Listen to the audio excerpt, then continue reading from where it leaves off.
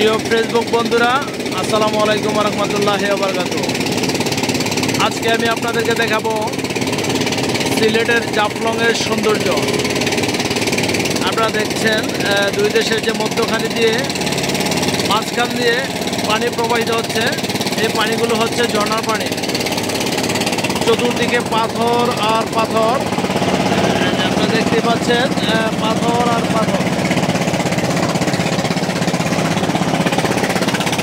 তার মধ্যে ওই পাশে হচ্ছে আমাদের ভারত, পার্শ্ববর্তী দেশ ভারত।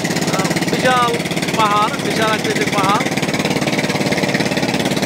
আমরা তিতাস উপজেলা থেকে জাফলং সিলেটের বিভিন্ন স্থান প্রদর্শন করার জন্য আসছি।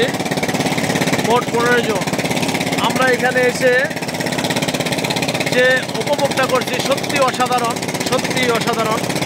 কারণ হচ্ছে এই প্রচণ্ড গরমের মধ্যে আমরা এই শীতল পানির মধ্যে, একেবারে ঠান্ডা পানি, আমরা আসলে উপর থেকে অনুভব করতে পারি না। যখন নামছি পানির মধ্যে তখন বুঝতে পারছি একেবারে শীতল এবং ঠান্ডা।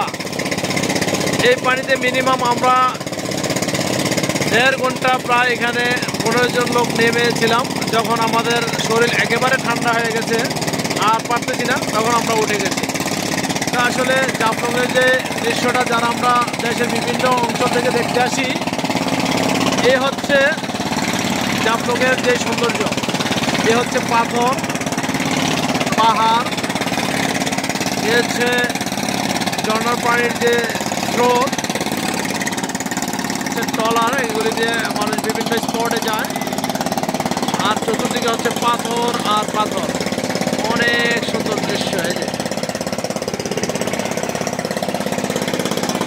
বন্ধুরা, আসলে যারা অনেকে জাফলং আসেন নাই, তাদেরকে আসার জন্য অনুরোধ করব, তারা এসে উপভোগ করে যান। আর এই সুন্দর দৃশ্যটি দেখার জন্য সকলে একটু শেয়ার করে দেবেন, যেন সবাই দেখার সুযোগ পায়। এই বলে এখানে আমার ভিডিওটি শেষ করছি। ধন্যবাদ সবাইকে। আসসালামু আলাইকুম ওয়া রাহমাতুল্লাহি ওয়া বারাকাতুহু।